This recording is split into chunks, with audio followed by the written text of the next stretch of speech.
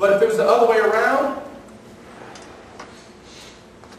what if the spouse was saying, yeah, well, Pastor Tom, I like to do this, and I think he should just get over it. Now, all of a sudden, she's insensitive and he's insensitive. But the point is, both of you are insensitive.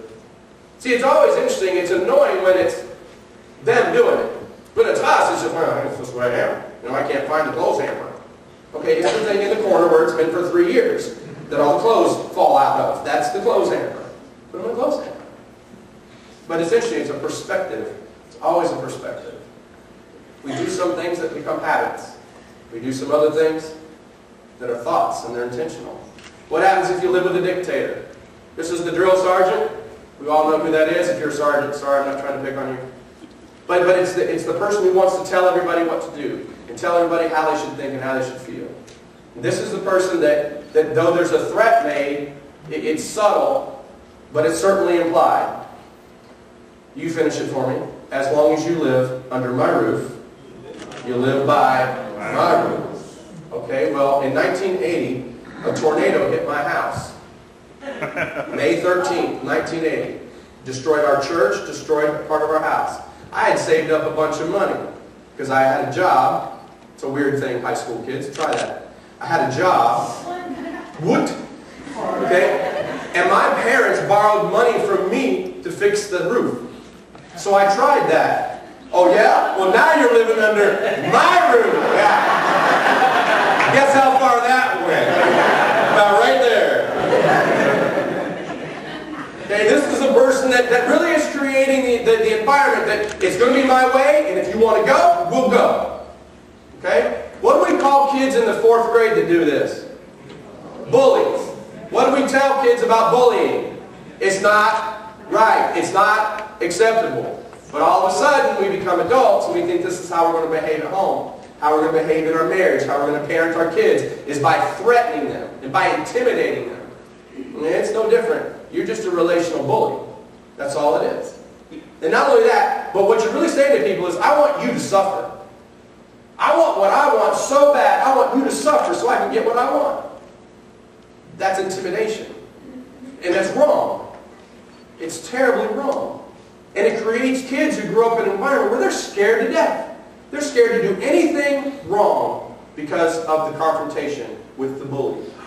So you and I, these people that operate like this, to them, everything is all in or all out. You hid the remote control, that means I'm not going to Christmas at your parents'. It's an all in, all out. All deposits equal all withdrawals. You withdrew, so I withdraw completely. That's the way these guys and gals function. It's all in, all out. These kinds of behaviors can cost you big time, really quick, in your spouse's love bank. The people that do this show no consideration for anybody else's feelings. I'll do what I want. Instead, find a way to ask people to do what you need to have done, as opposed to telling people what to do. The last one, living with a liar. Nothing will destroy your relationships faster than lying, because it's not really who you are. And so if people can't trust you, then it's hard to get close to you. Let me see if there are 3 different kinds. This is lying to protect. This is to avoid criticism, being found out, being called to judgment. And so people will lie to protect themselves. Okay? This is a huge withdrawal in relationships because, again, you're out to protect yourself. There's no unity here. The second one is this. It's lying to avoid trouble. These are the people that they just don't want to get caught. And so what they'll do is they just want to avoid the prosecution. And they'll tell anybody anything to get out of their situation. And the third one is this. There are people that for no reason, they're just born liars. They lie about everything. Now I want to back up. Let's pretend this one right here is your children. They're lying to protect, to avoid criticism, but it denies you, the parent, critical information. Got any homework? Nope. Do you have any homework due tomorrow? Nope. What'd you get on your grade card? Haven't got it yet. And it's in the backpack. Okay, my kids have never done this. What would you say to your 8-year-old that did this? You'd say, you're lying to Mommy. And Mommy and Daddy trust you. Mommy and daddy need you to tell the truth. And they need to reach for the bar of soap. Well, nowadays they have soft soap. That's made that job so much easier. Parents used to have to stuff the whole bar in your mouth. You kids are so lucky. Alright? You would tell your child, this is not acceptable. True?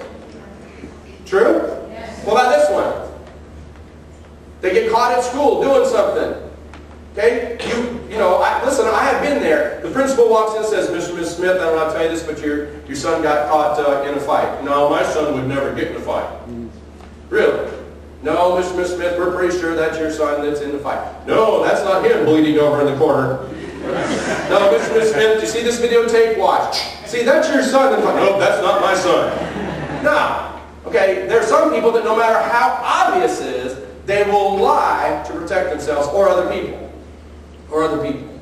Okay? If you have this as a personality trait, you need to grow up to be a lawyer. Okay? Just telling you. It's the ability to spread your case and to get people to believe you. That's their job, isn't it? Well, no matter which side they're on. It's just an idea. This one right here. What if you have a child who does this? What happens?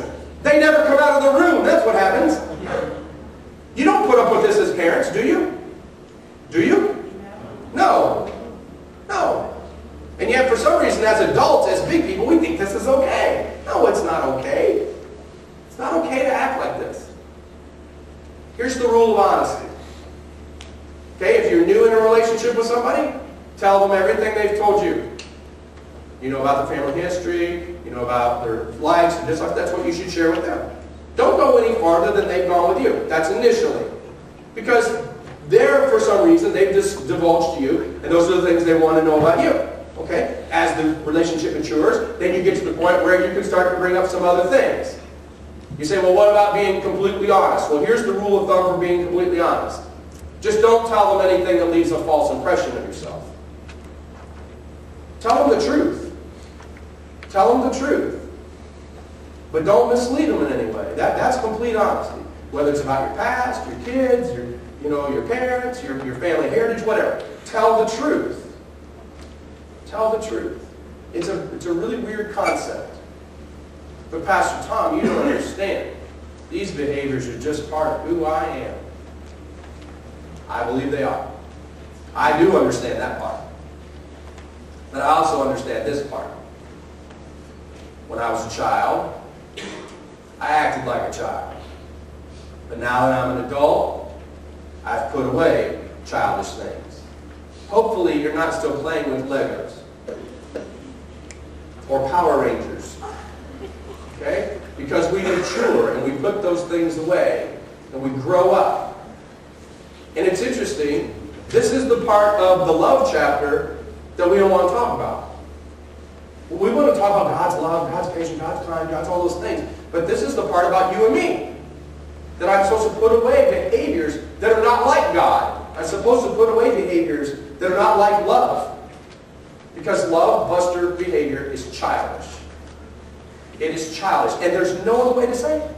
Being selfish, lying, being angry, being a dictator, being disrespectful, those things are childish. Childish. And worse than that, I would even go so far as to say this. They are the complete opposite of love. They're the complete opposite of love because they show you don't care. They're not showing that you hate. They're showing that you don't care. Because if you cared, you wouldn't do this again. Again. They are intimidating. They are rude, selfish, arrogant, and they injure people. And they injure people who are innocent bystanders because I have a behavior that I can't stop. That's not fair to my kids. That's not fair to you. That's not fair to my spouse. Because it's my problem, not their problem. I don't know how to tell you this, but behaviors like that are sinful. I don't use that word around here very often. They're sinful.